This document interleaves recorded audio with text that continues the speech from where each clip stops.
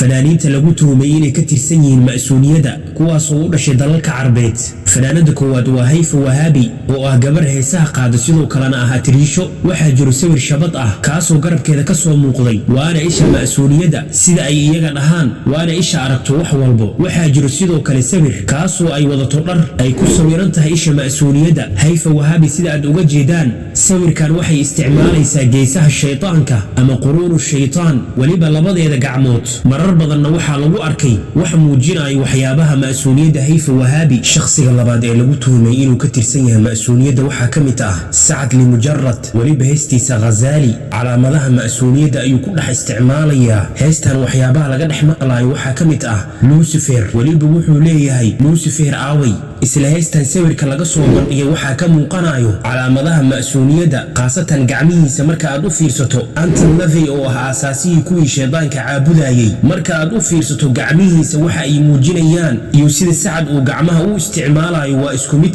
taasoo shaki badan gelisay taageerayaashiisa Sacad Limujarrad. fanaanka saddexaad ee lagu tuhumay inuu ka tirsan yahay ma'suuliyadda waa Maxamed Ramadaan. qaab fudud ayuu caan ku noqday hadda waa atoore sidoo kalena waa fanaan heesaha qaada. shirkad laga leeyahay dalka Kuwait oo sameynaysa olole kaasoo loogu magac daray Iftaxul Abwaab ayuu ka qayb qaatay ololihii laakiin wuxuu la yimid wax aan laga filaynin ummadana ka yaabiyay. markii uu xayeysiiska sameynayay isla xayeysiiska dhexdiisa ayuu gacanta saaray isha arrintaasoo dadka ka careysiisay waliba dood dhanka baraha bulshada ayay keentay. sidoo kale sawir ay wada galeen fanaankan Faransiiska ah ee Games ayuu ku muujiyay sawirka dhexdiisa calaamada ma'suuliyadda khaasatan calaamada Baphomet. Baphomet waa ilaah ay caabudaan kuwa shaydaanka caabuda. xaflad ka mid ah xafladaha uu dhigtay Maxamed Ramadaan ayaa si cad oo aan gambasho lahayn waxaa loo muujinayaa isha ma'suuliyadda sidaad uga jeedaan muuqaalkan. dadkana waxay ogaadeen inuu ka mid yahay Maxamed Ramadaan kooxdaasi ma'suuliyadda.